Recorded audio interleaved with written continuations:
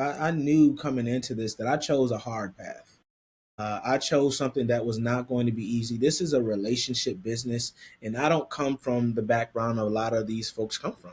I grew up, I'm a kid, growing up in poverty from Rochester, New York, with a weird background. Welcome to Making It, the podcast where winning entrepreneurs share how they're building for success and the lessons they're learning along the way. I'm Danny Iny, the founder and CEO of Michi. We help coaches, consultants, and creators monetize their gifts. So if you think your expertise should be driving more income than it is, we help you bridge that gap. We do this because we believe ethical and impactful businesses can change the world for the better. This show helps you do exactly that. And if you want to learn even more, you can check out our business education programs and online community at michi.com. Thanks, Danny, and welcome everyone for another episode of Making It. I'm Michi, the host and producer of the show. This show is where we talk about what it takes to really keep making it on your own terms as an expert-based entrepreneur.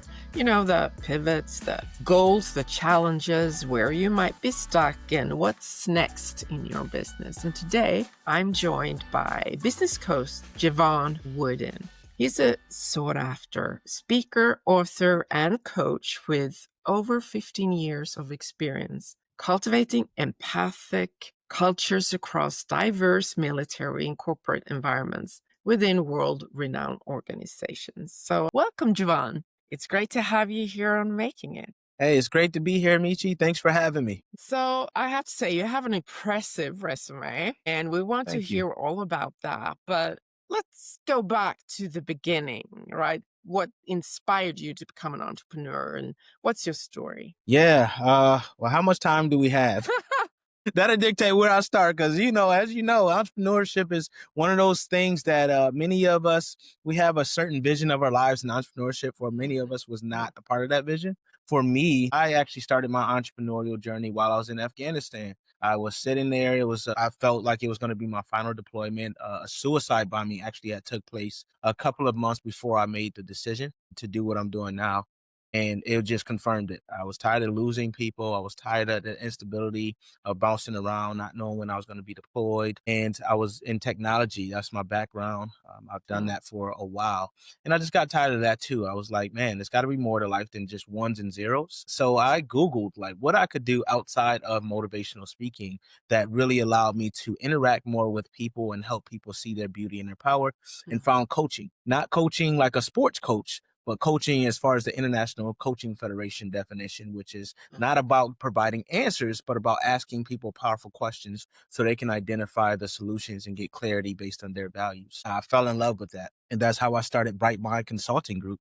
It was originally called Live Not Loathe, and I was focused on helping veterans and underrepresented, underserved leaders overcome overwhelm. And it has since morphed into a consulting group because over time, clients and prospects just ask you, hey, can you do this? Do you do this? And what is the answer? Yes, I can. I'll figure out how later. Yeah. Now we have yes, man.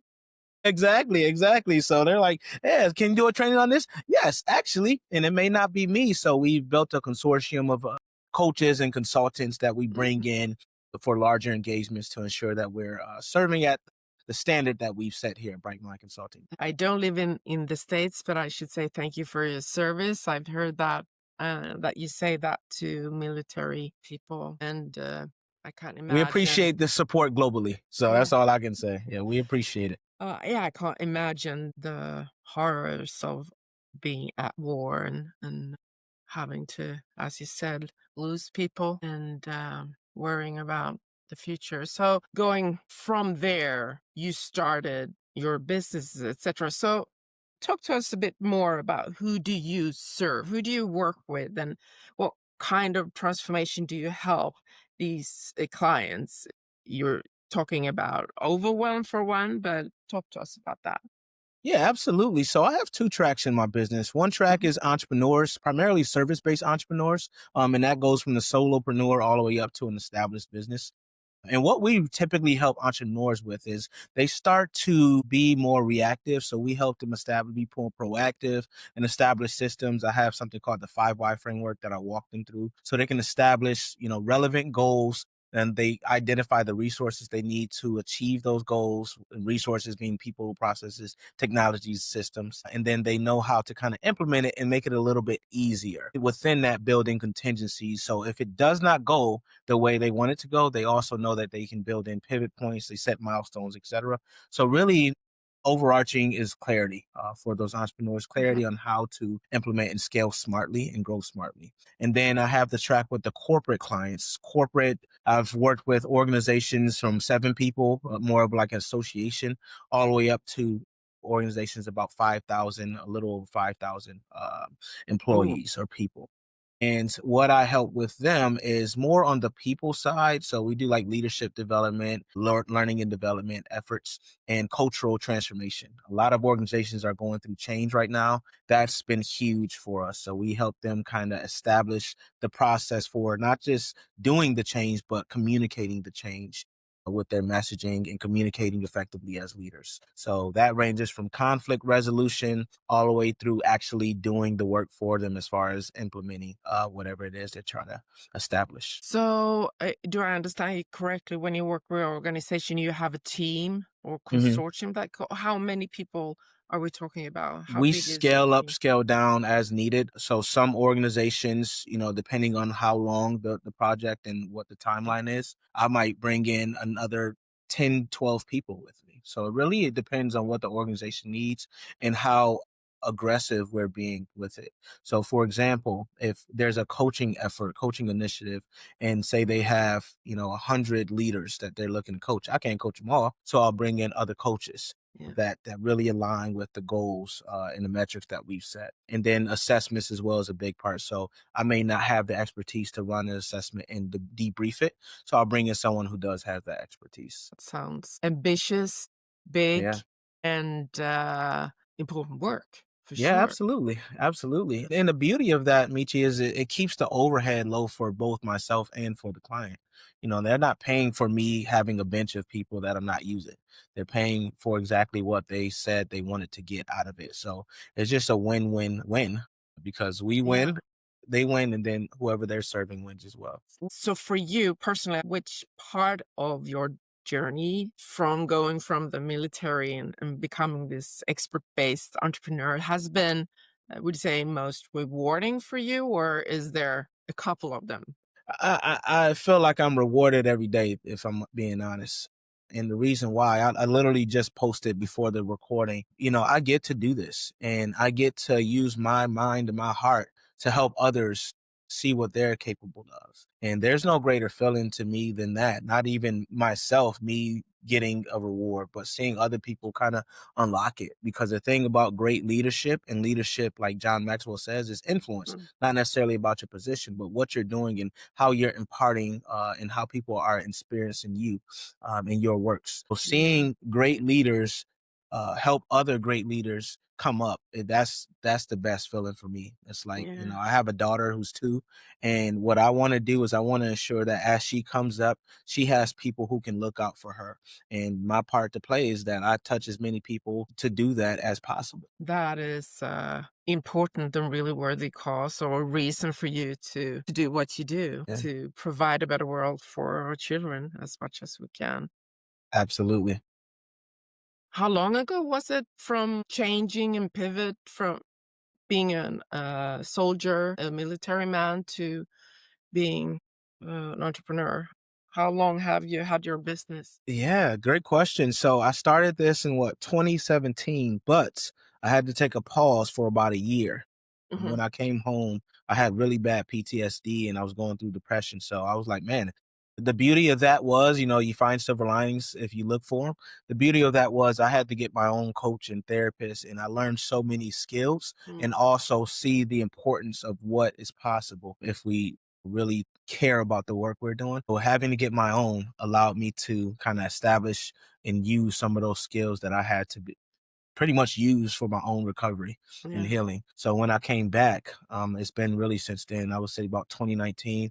I've been doing it full time since 2022, and it's been a ride. It's been a Say ride for it's been a sure. ride. Yeah, Yes. I can imagine. I also relate. I've experienced with PTSD, not from war, but I know it is a feels very heavy and uphill battle, but at the same time, if you get the support and help, it can be an extraordinary self-discovery journey, the inner work and all the things that you discover and work with yourself. And that brings me to it's a great segue to this question. I think that as an entrepreneur, and especially expert based and coaching, etc., you talk about growth, you talk about learning, and you started off this conversation with the knowledge of how to ask powerful questions.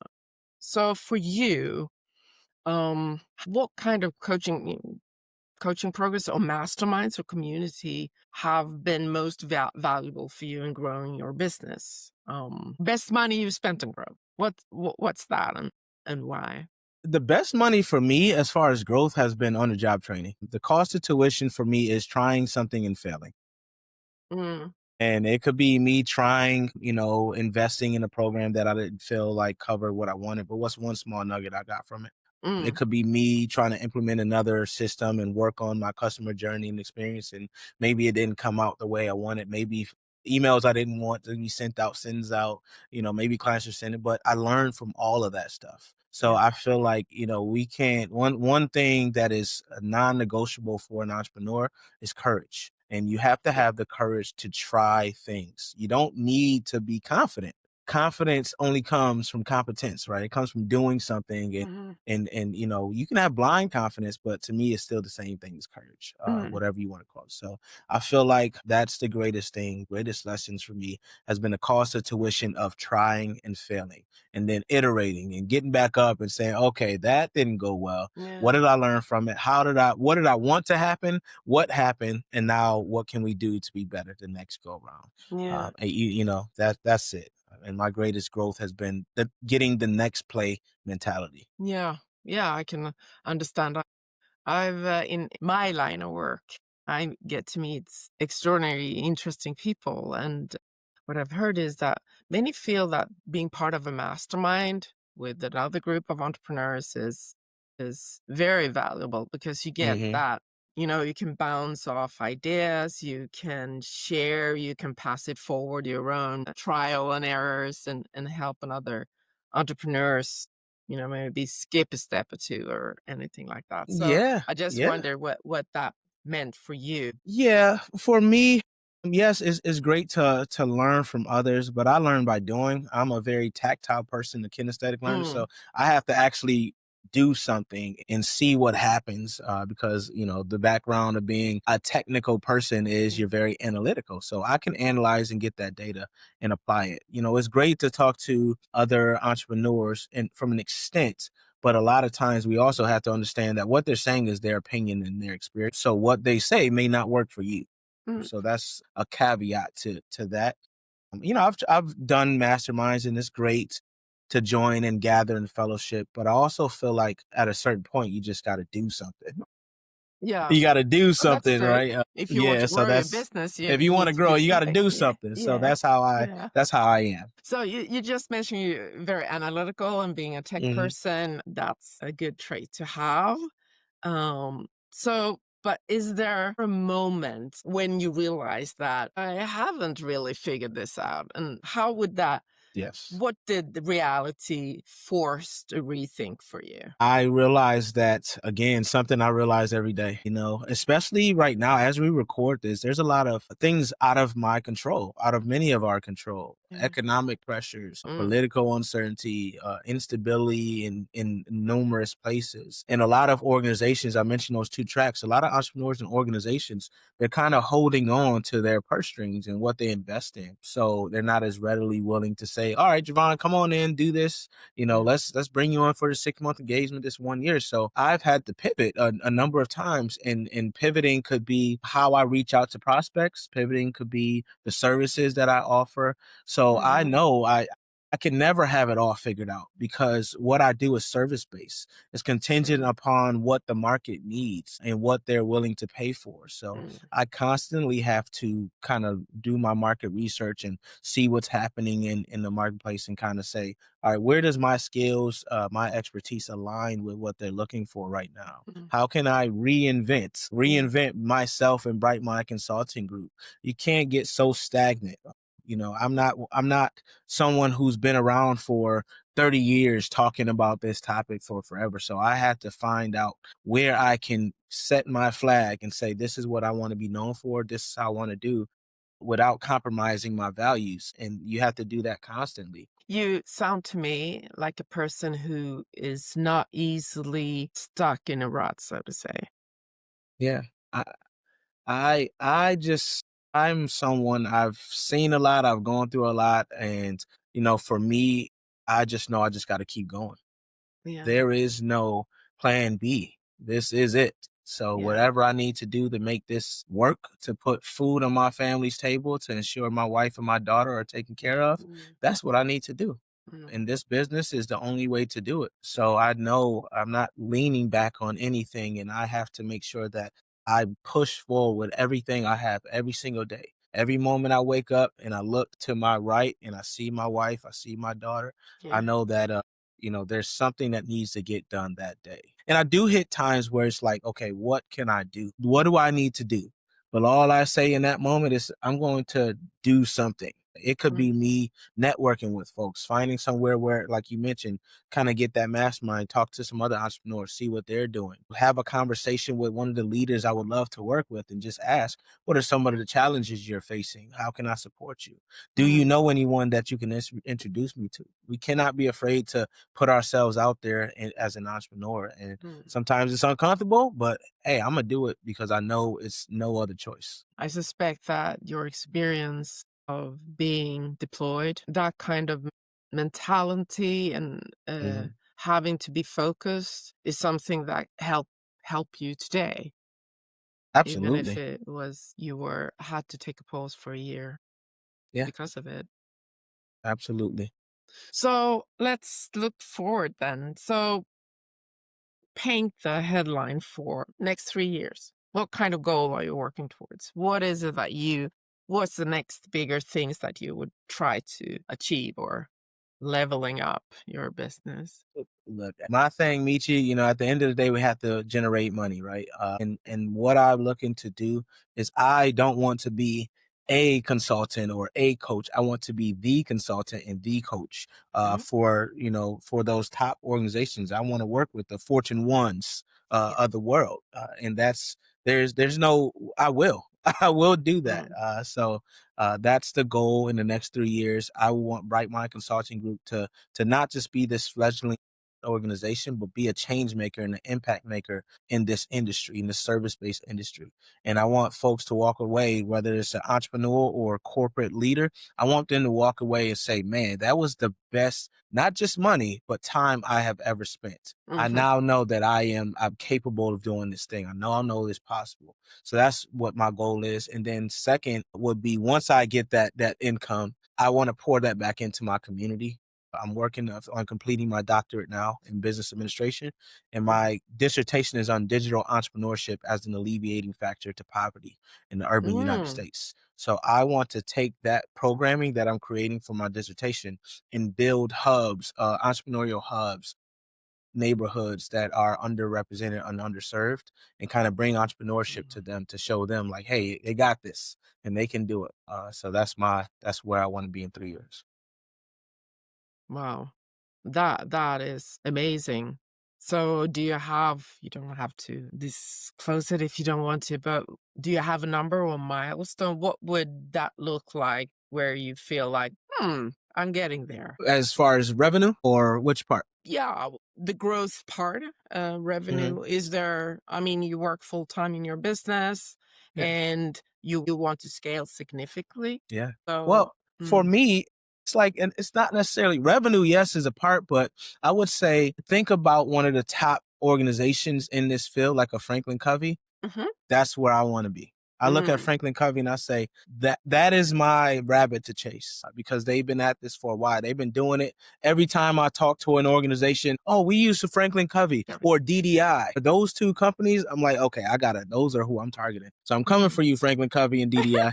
Good. I mean, if you're going to dream big. Absolutely. Yeah, Absolutely. for sure. So if you imagine emotionally, when would you feel I'm there? I'm right up there. Yeah, for me, emotionally, I would feel that when I'm not having to chase it, when people are coming to me and they're saying, oh man, Bright Mind Consulting Group, no brainer, we got it. That's when I know. And consistently, I want that consistently. I talked about those Fortune 1s, Fortune 5s. When they're coming to me and saying, hey, forget those other ones, Bright Mind Consulting Group is going to be it, that's when I know. And I'm going to be a very happy person. Yes. So what's the next big challenge you're trying to solve that right now? What do you see that? Yeah, the next big challenge is really I mentioned the reinvention. It's really not just the brand awareness, but the brand consideration. And that's the challenge always when you're a smaller entrepreneur in the service-based space. So I'm just looking to build it and let people know, like, hey, we are capable of serving with excellence no matter what size organization you have. We can do it. We have done it. It's not like we don't have a body of work. We've worked with government, we worked in tech, worked in just about every industry. So we have a body of work, and I just need to make sure that that's put on display, and it's really putting us in line to be compared amongst those peers that I just mentioned. So that's really the challenge, and that's what I'm constantly dealing with every day. Is there a constraint to that kind of still surprise you when you kind of want to speed things up? Or Yeah, it doesn't really surprise me, Michi, because I knew coming into this that I chose a hard path. I chose something that was not going to be easy. This is a relationship business, and I don't come from the background a lot of these folks come from. I grew up, I'm a kid, growing up in poverty from Rochester, New York, with a weird background, and I get that. But that's what I leverage. I lean into vulnerability. I lean into the fact that I don't want transactions. I want to connect. I want to make sure that you understand that I've got you. Once we are connected, I'm going to ask you how I can help you achieve your goals with no idea of what's coming in return, because that's not why I'm doing it. I do it because I believe in the power of humanity. And, the challenge to that is people are jaded. Some people think that there's an ulterior motive behind that. I'm here to just show, like, you can make $1 in a difference. You can be someone who wants so deeply for humanity to succeed and still want to be able to provide generational wealth for your family. You can do both at the same time. So I am mission driven. Yeah, absolutely. I'm mission driven. I'm laser focused, and I just need everyone else to see that there's no ulterior motive. I want us all to win. Beautiful. I'm rooting for you, Jevon. Thank you. So, I need it. Thank you. Yeah. There's the vulnerability. I think it's a crucial part in entrepreneurship, and being a human being also, and being a great leadership person. So yeah, I think is it Brene Brown that says daring greatly? Yes. Like doing the work by being of service to others, your community, and etc. Absolutely. As we wrap up our conversation, Jevon, what advice would you give other entrepreneurs? What kind of things that you've learned would you pass forward to people that look to scale their impact in their sphere and their network or industry? Yeah. First and foremost, do not be afraid to ask for help. I hear all the time that success is a lonely journey. It can't be, and it shouldn't be. We have to lean on each other, whether that's through a mastermind or as you mentioned, a community. I'm actually an advocate for a program that Verizon has called Small Businesses Already. They have like peer networking groups. So just finding like your community, your spaces that can really, you can lean into and understand that, yes, we may even be in the same fields, but I'm not your competition, because there's enough for us to collaborate and still be doing great things together. I mean, if you think about an Apple and a Samsung, they work together. They may provide, Samsung may give Apple the glass that they use, so we have to look at that and say, like, you're not my competition. Yes, from a marketing standpoint, we may be similar, but we can learn from one another and we can elevate together. I can't serve everyone and neither can you. So that's first and foremost. The second thing is that, sometimes we need to slow it down. Slow down. We all want to build like yesterday. We all want this thing to be this grand thing like yesterday. We got to slow down and really process what's happening and not just create in a silo, but look at how you can contribute to what the market truly needs. There's something called ikigai, your reason for being. And I love that exercise because it's like not just what you love or what you're good at or what the world needs, what they're willing to pay for, but all of those coming together. Yeah. And when you Ikigai. find that new product or service that you can deliver. So just take time to do those types of exercises and really get laser focused clarity on what's next. So just a follow-up question to that. Is there anything that you wish that you've learned sooner? Yeah, I mean, I wished I learned how to ask for help sooner, and that's Ooh. something I still struggle with because like, again, I was always a person like I had to be the one leading and Yeah. doing and making things happen. But now is a time where I got to be like, hey, I don't have it.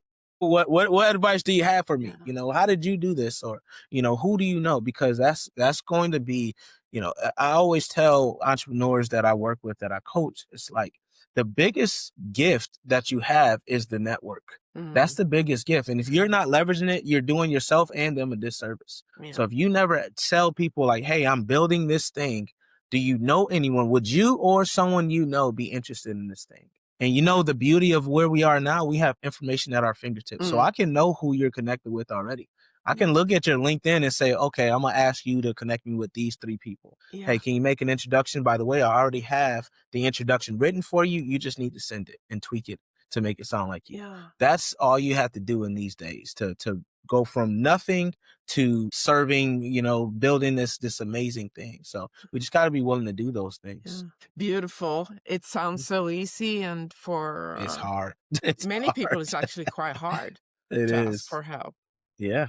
I'm one of them. I'm telling you, I Yeah. am one of them. Me too. Guilty as I'm one of charged. them. That is the So, hardest, man. Like I said, I've done a lot and I've seen but the hardest thing to do is say, hey, can you help me? yeah. You Yeah. know? So It's been great having you here on this short conversation. I feel I could talk to you forever. Before we wrap up, we need to let people know the best place for them to connect with you and where that is, an URL or something. absolutely. Well, first and foremost, thank you again for having me on Making It. And I too feel like I could talk to you for forever. Love your energy. You have a calming effect. So thank you for that. Thank you. But people can find me if they go to jevonwooden.com, JEV as in Victor, ONWOODEN.com. You can find all the information you probably ever want to know about me, books, socials, YouTube, etc. And then just let me know that you heard me on Making It when you reach out. Yeah, I can confirm we will have all the links in the show notes as well. So thank you so much for coming and visit us here on Making It. And to our listeners, thanks for tuning in. Here's Danny to close us out. Okay, Awesome. great. That's it for this episode of Making It. Thanks for watching or listening. If you enjoyed it, please subscribe and like on YouTube or your favorite podcast player to catch future episodes. This show is brought to you by Miracy. We help coaches, consultants, and creators monetize their gifts. So if you think your expertise should be driving more income than it is, we help you bridge that gap. We do this because we believe ethical and impactful business can change the world for the better. This show helps you do exactly that. And if you want to learn even more, you can check out our business education programs and online community at Miracy.com.